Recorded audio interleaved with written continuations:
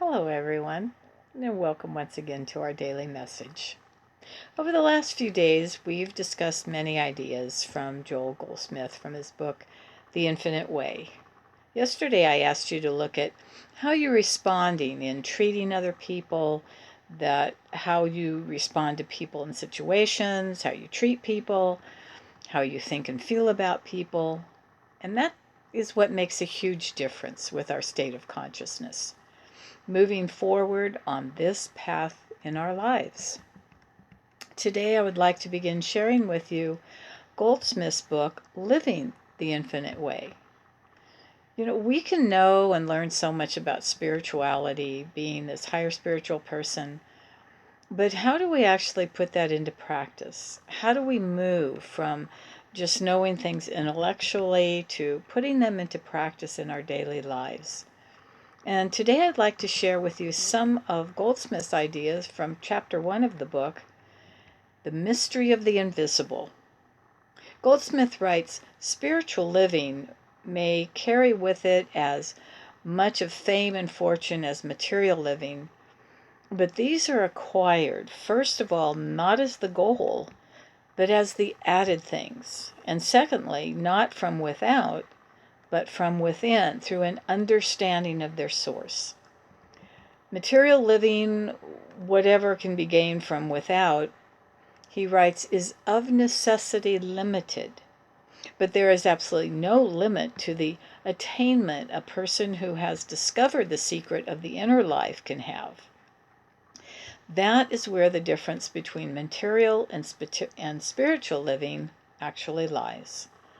The secret of the inner life is revealed through meditation, which, in its earliest stages, is an act of conscious awareness, whereby we make contact with an area of consciousness within ourselves, which is actually the storehouse of our lives.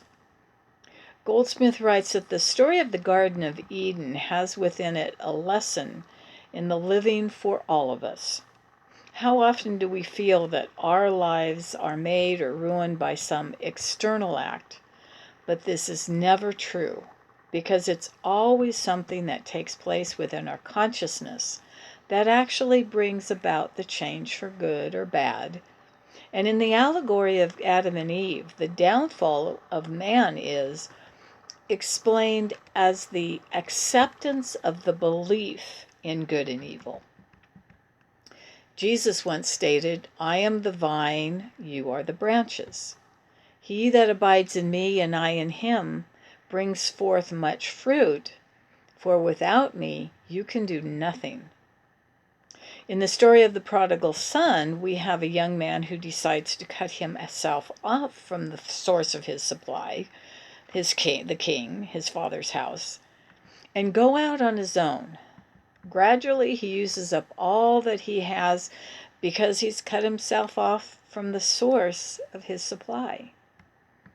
So all of these share one spiritual lesson. When we cut ourselves off from the source of our being, we're using up our own life, our own mind, our own strength, health, wisdom, guidance, prosperity, direction. And eventually, we come to that time when we are exhausted, struggling, and even dying. On the other hand, by maintaining our contact with the vine source, by maintaining our relationship with source as the child or an heir, by remaining in Eden, in the kingdom of God, we draw on the infinite storehouse. And this is the way that leads to harmony, completeness, and perfection in all areas of our lives. When Jesus didn't eat for a time, his disciples tried to get him to do so, and Jesus answered them, I have meat to eat that you know not of. When the woman at the well noticed that he didn't have a bucket to draw water from, and she asked him how he was going to gather any water, he answered, Whoever drinks of the water that I shall give him shall never thirst, but the water that I give him shall be in him a well of water springing up everlasting life. All he was doing was teaching that within each of us is embodied everything that is necessary for our life and for our unfoldment. The business, companionship, supply, whatever we need. And we must learn that if we are to tap into this infinite storehouse that Jesus was talking about, if we are to draw to ourselves infinite good, infinite harmony, abundance, wholeness, perfection, completeness, joy, satisfaction, safety, and security, it's necessary to draw these out from within our own being. The challenge is that we're not accustomed to the idea that all that we are seeking is already inside of us. We really aren't familiar enough with Jesus' promises, and we haven't lived with his words and teachings long enough to really understand that everything, and I mean everything, is within our own consciousness. When we learn to meditate, to sit and just be still, 10 minutes, 20 minutes, however long or short of time it takes you to tap into the kingdom of God within you, then that God within begins to reveal itself to you. Everything we've ever feared actually is in the outside world, no matter what it is that we think about. Goldsmith writes that the first secret that we learn in meditation is that all the power is within us and that there is no external power that can act upon us, that can actually change our state of consciousness. External events can happen, but when we are truly centered in the God within us, they don't sway our inner way of being. Jesus' teachings were all about the kingdom of God, the kingdom of power, and that all power is within each of us. This was and still is for many an entirely new concept. Yet this is the first step to really having dominion over the world. It's realizing that nothing outside of us has power over us. That's the understanding we need to work with moment by moment, day by day, until it becomes the absolute truth of our own inner being for each one of us. And this is what Jesus meant when he said that the kingdom of God is established within you. We establish that state of consciousness in us the more we hold that thought for ourselves as we go through life. As we grow in the spiritual understanding that the kingdom of God is established in each one of us, and that nothing outside of us can actually have power over us, we stop becoming victims of circumstances, conditions, or people outside of our own being.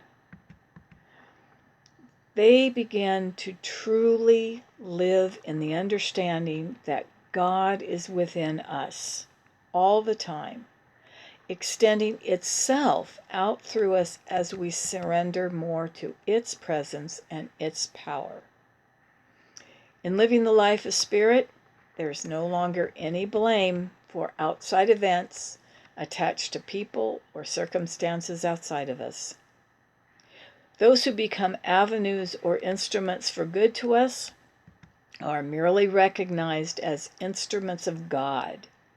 It's the divine principle using them to bring this good to us.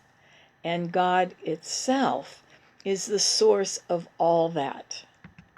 So as we turn to the spiritual way of life, we learn to depend less and less on people, places, things, circumstances, and conditions. We learn to recognize that the kingdom of God is within us and all that the Father has is ours. When this takes place one day in our meditations, we will know within our being that we are freed from all outer discords and inharmonies, from all the trials and tribulations of the world. And at that moment, we will understand what Jesus meant when he said, I have overcome the world. So once again, I urge you to spend as many moments that you can each day in meditation, connecting with the source that's within you. This invisible source that you cannot touch, you cannot see, but you can feel, and eventually you can hear as we deepen our meditative practice. So just remember that you are loved, you are blessed, you are appreciated, and you are the Christ on this earth. Namaste.